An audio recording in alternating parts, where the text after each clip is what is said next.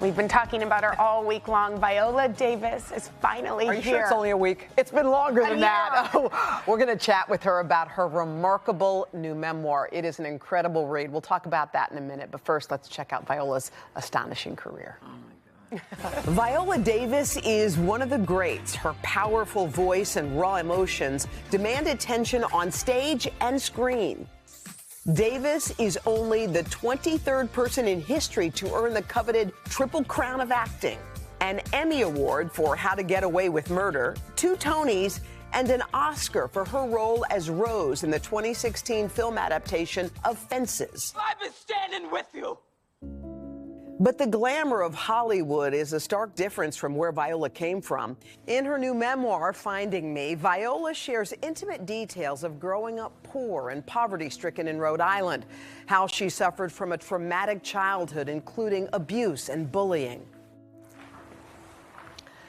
It is an incredible story. It's a beautiful story. It's haunting. It's a story of resilience. Viola, welcome. Thank you. I mean, let's just start with the basics. You put this book out. It is your heart and soul. It's on a platter, and you're handing it out to the world saying, here I am. This is me. How are you feeling in this moment? I feel pretty good. I feel pretty liberated. You know, I feel that I was going through this existential crisis of meaning. You know, what does it all mean after the pandemic, sort of reaching success and that sort of glass ceiling that people say, you have a life now, you're famous, you did it, you're making money, and then nothing. The disillusionment of success comes, and then I say it in the book too, I realize that the final step is significance. It's sort of that ownership of every part of you and not just sort of putting on that mask of success and moving through life as this other person.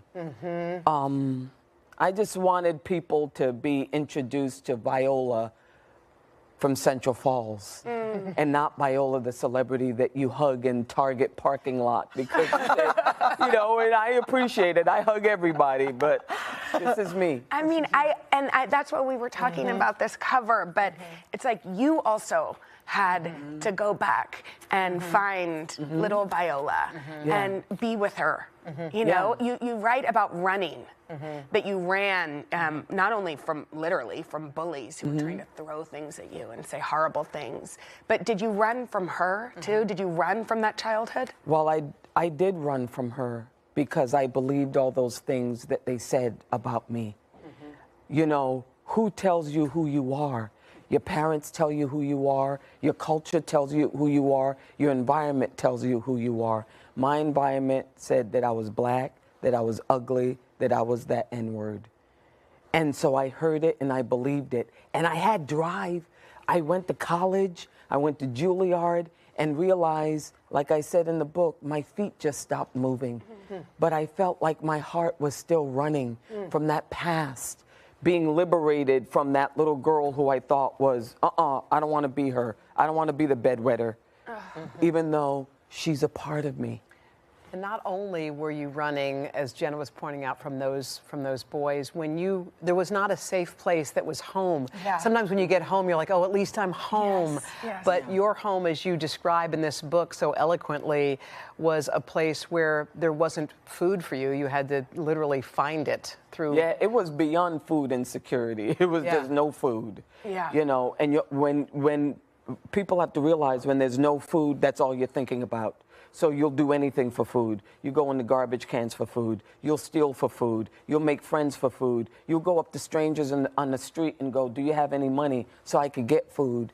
And it's constant negotiating with deprivation. And then the violence in the home didn't help. The poverty didn't help. The bedwetting didn't help. The constant deprivation didn't help. And so, you know, it's like Einstein says, imagination is more powerful than knowledge. And the reason why he says that is you can go to an alternate reality within yourself if you are a creative spirit. When you need relief from your life, sort of like the pensive in Harry Potter's books, when you take out the bad memories and you put it in the pot, when you need relief from it at times. Imagination does the same thing. It sort of elevates you from your realistic world, and then you can redefine yourself in a world that you can create. I didn't have that. I didn't think that I had it. Of course, when my sisters created the characters of Jaji and Jaja, Yes. I was like, maybe we had it a little bit. Yes. Well, and you write about like this age of 14 and a couple things happening that empowered you. I mean, really, you empowered you. Yeah. You had teachers that saw you. Yeah. And that felt like something, but you also kind of had a dream that you say was as valuable as the food and water that you could have. It's once again being elevated into this alternate realm of redefinition of oneself. And, you know, I say that about my life. I say that my whole life has been, now I see it as a relay race. Of the 6-year-old Viola, she ran her leg of the race. She survived. She had a lot of inappropriate expletives that came out of her mouth. But that's what we do when we're in survival mode. And she passed the baton on to the 14-year-old Viola that realized that dreams can get you out of your reality, that passed it on to the 28 Viola who said, you know what? You know, if I want to go out in the world and feel joy and peace, then I got to work on myself. I got to go into therapy. And then that 28-year-old Viola passed the baton to the 34-year-old Viola who got married and realized that's an awesome responsibility. And now I'm 56 and I have the baton. And right now I want to be liberated from labels. I want to be liberated from everything the world has taught me about myself. I want to be brave. Oh, that's what I want to be. It's like I dream about being brave. Well, your dream is this coming true. Courage in a book. This is courage bound, you know? Yeah, but courage makes your knees shake. It does. It's like, you know, I jumped out of a plane, and I realized I jumped out of a plane for the exact same reason, is to release myself of fear. And it's interesting that as you ascend with the plane, you're thinking to yourself, what am I doing? And then you get up to a certain, you know, point and you realize there's only one thing that exists. You either jump or you don't. There's no in between. You either jump or you don't. And you trust that the wind is going to carry you, you know, that the parachute is going to carry you, you know, and that's how I feel about my life. I feel like I just have to trust myself. You have gone from, you describe your childhood and you describe finding love. Yeah. And, you know, when I think about love, your parents are the ones who show you how to speak, how to love, how to survive, how to be. They teach you all these life lessons. You found this prince.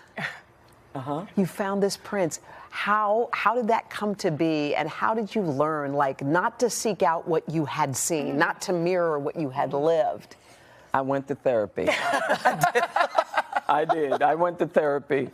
I remember my therapist, one of the things that she said was, you know, Viola, you wouldn't know how to walk across the street if it weren't covered in poop and pee. You would think that there was something wrong with it. And I thought to myself, oh my God, really? That's me? But I felt like I had to do that work in order to handle the insurmountable task, which is marriage. That day-to-day living. Actually, Michelle Obama quote. You know, she says, if you've been married for 50 years and 10 of those years were bad, you have a good marriage. Yes, exactly. That day-to-day living of accepting another human being into your life and nurturing that love and sort of dying to yourself, you know. Can you read that little piece of your Yes. book? Do you mind? That was just a beautiful This is like phrase. your prayer. Oh, yeah. Yeah. When I got on my knees and I prayed to God for Julius, I wasn't just praying for a man. I was praying for a life that I was not taught to live, but for something that I had to learn. That's what Julius represented. And what does your daughter represent? Your 11-year-old beautiful daughter. You know, I feel about Genesis the same way I feel about myself when I look at myself when I'm younger. I think it's a great opportunity to grow and learn even about me, because I have to give her those affirmations. Every day I do it. G, your heart and your head are the two most important things in your life. Genesis, Mommy's going to love you more than anyone is ever going to love you, even the love of your life. Jenna says, life is going to be hard. I could give you everything that I know, but it's still going to be hard. I'm telling it to myself. You're telling like this little girl. Yeah. Viola. Wait, you can't leave. we know. We never want you to leave. We just want to point that out. Yeah, if you want to stay longer, you can. You can find this book. It's called Finding Me. It's an incredible read. You won't put it down. It'll be read in one sitting. Today.com/shop. And also, if you want to hear it in the most beautiful way, Viola reads her own story. And it's powerful. Thank you, Viola. Thank you, Viola. Stay longer. We'll be back right after this. Wow. Oh my God.